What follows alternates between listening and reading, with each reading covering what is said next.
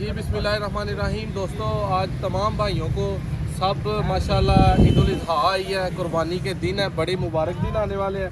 अवैस भाई हैं, उन्होंने सौदा किया माशाल्लाह, उनसे पूछते हैं कैसा रहा उनका सौदा। और माशाल्लाह जानवर भी बहुत प्यारा है और इस भाई से लिया है। अवैस भाई किस तरह सौदा हुआ है, कितनी प्राइस में आपको ये मिला? इन्होंने हमसे आस्किंग की थी 180 की, 1,80,000। 1,80,000। ठीक है। हमने ये बढ़िया परचेज दिखाई किया दे इनसे 1.5 लाख में। 1.5 लाख में ये 1.5 परचेज कर दिया। हमें अच्छा लगा माशाल्लाह, खूबसूरत है। ठीक है, ठीक है, बहुत ही खूबसूरत हाँ है। माशाल्लाह, इसका रंगत अल्लाह ने अच्छी बनाई है। बिल्कुल। ठीक है, बाकी अल्हम्दुलिल्लाह। और मंडी की क्या आप एवरेज समझ रहे हैं कि रेट कैसा है? मंडी मैंने खुद जानवर रखे हुए हैं घर पे, मुझे पता है कि जो है ना चारा इनका बहुत महंगा आजकल। जी। हर चीज़ महंगी है। बिल्कुल। ठीक है। मंडी के हवाले से जो रेट है वो ठीक है, मुनासिब रेट में मुनासिब है। मुनासिब रेट में। भाईजान कस्टमर ਦਾ ਆਉਣ ਜਾਣ कैसा है ਤੁਹਾਡੇ ਕੋਲ? ਗਾਹਕ ਚੰਗਾ ਆਂਡਿਆ ਕਿ ਥੋੜਾ?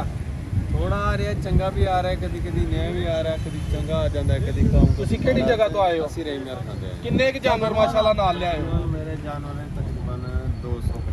225 ਜਾਨਵਰ ਨਾਲ ਲਿਆਏ ਹੋ ਤੇ ਮਾਸ਼ਾਅੱਲਾ ਤੁਹਾਡਾ ਕਿ ਅੱਛਾ ਸੇਲ ਹੋ ਗਿਆ? ਹਾਂਜੀ ਹਾਂਜੀ, ਅੱਛਾ ਮਤਲਬ ਮੁਨਾਫਾ ਬਖਸ਼ ਕੰਮ ਰਿਹਾ। ਬਚ ਗਿਆ ਰਿਹਾ, ਬਚ ਗਿਆ ਅੱਲਾਹ ਤਾਲਾ ਨੇ ਰਿਜ਼ਕ। ਚਲੋ ਅੱਲਾਹ ਪਾਕ ਜੀ ਅਵੈਸ ਭਾਈ ਨੂੰ ਜਿਹੜਾ ਹੈ ਉਹਨਾਂ ਦੇ ਬਰਕਤ ਰੱਖੇ ਕੰਮ। ਦੋਸਤੋ ਕੁਰਬਾਨੀ ਜਿਹੜਾ ਹੈ ਨਾ ਉਹ ਇੱਕ ਐਸਾ ਹੈ ਜੀ, ਬਿਆਨਾ ਵਗੈਰਾ ਉਹਨਾਂ ਦਾ ਹੋ ਗਿਆ। ਤੁਹਾਨੂੰ ਦੇ ਦਿੱਤਾ।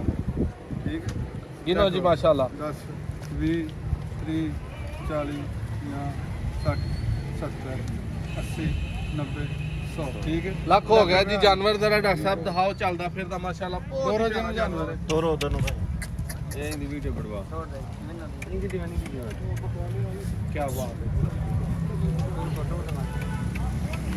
ਲੈ ਆਓ ਵਾਪਸ।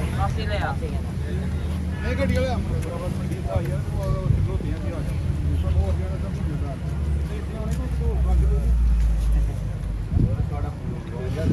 ਲੋ ਦੋਸਤੋ ਮਾਸ਼ਾਅੱਲਾ ਇੱਕ ਨੈਕਸਟ ਪਾਰਟ ਚ ਆਨੇ ਆ।